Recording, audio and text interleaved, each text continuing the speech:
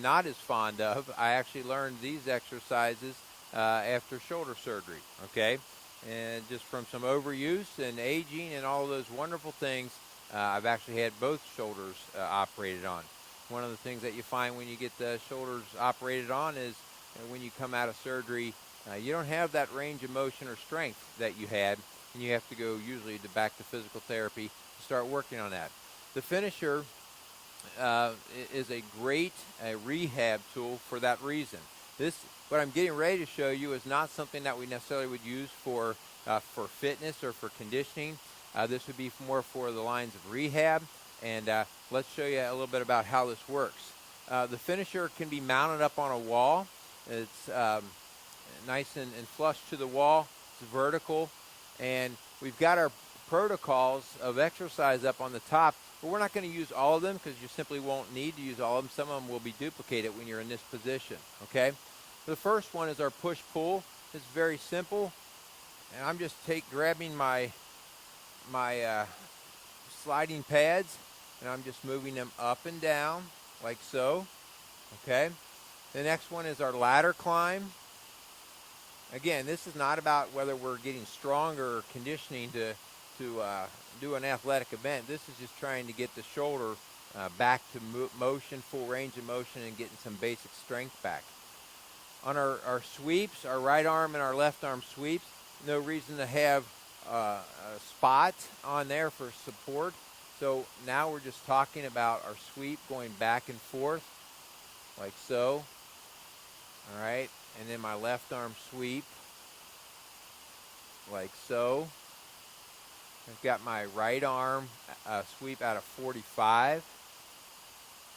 Any of you have ever been through these surgeries, you know that these things may look simple right now, but they can be extremely difficult after that surgery.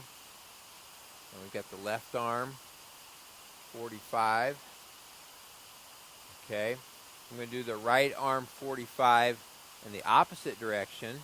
Okay, and so this time I'm going to, instead of back and forth like so, I'm going to this time drive it up this way. Okay, a little bit different there, taking it up through and crossing the midline of my body. Okay, and then again with the left side, something different. Okay, we really don't work the edger on this one. We would go ahead and skip through, and we can either do one arm circle or two. All right, a right arm circle. We can start in small circles, and as we get a little stronger, we can work larger. Okay, and same thing with the left. Great surface to do that, very easy. You can do both arms at the same time, circling to the inside, circling to the outside. I can do my wipers on these, the right arm and left arm wiper. I'll go ahead and put my elbow flat on the board and move it back and forth like so.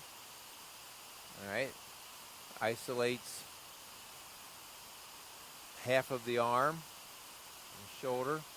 Left arm is the same. Since I'm not supporting my weight on this, it's not as important that my elbow be directly under my shoulder. That's good form.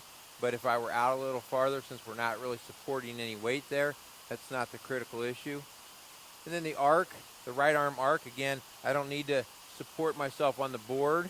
I can just put it down at the base and working a full range of motion with the arc, back and forth.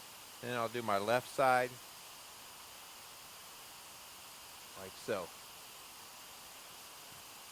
That's using the finisher for simple shoulder exercises. And again, as I mentioned, this would not be necessarily a fitness routine. This would be something that we would use to help re-stimulate the muscle and shoulder to get back into motion. So I hope that was helpful.